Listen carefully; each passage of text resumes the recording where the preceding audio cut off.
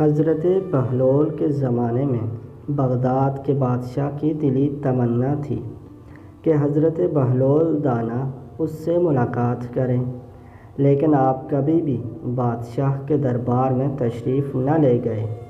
ایک دن یوں ہوا، بادشاہ چھت پر بیٹھا تھا۔ اس نے حضرت بہلول دانا کو شاہی محل کے قریب سے گزرتے دیکھا تو بادشاہ نے حکم دیا کہ بہلول دانا کو کمند یعنی جال ڈال کر محل کی چھت پر کھینچ لیا جائے۔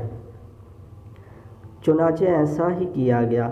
جب حضرت بہلول بادشاہ کے سامنے پہنچے تو بادشاہ نے پوچھا، تم یہ بتاؤ بہلول، تم اللہ تعالیٰ تک کیسے پہنچے؟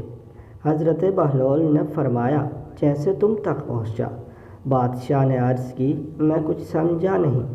حضرت بہلول مسکرائے اور فرمایا، اے بادشاہ، اگر میں خود تمہارے پاس پہنچنا چاہتا تو نہا دھو کر لباس فاخرہ پہن کر دربان کی منتیں کر کے محل کے اندر داخل ہوتا، پھر عرض پیش کرتا، پھر گھنٹوں انتظار کرتا۔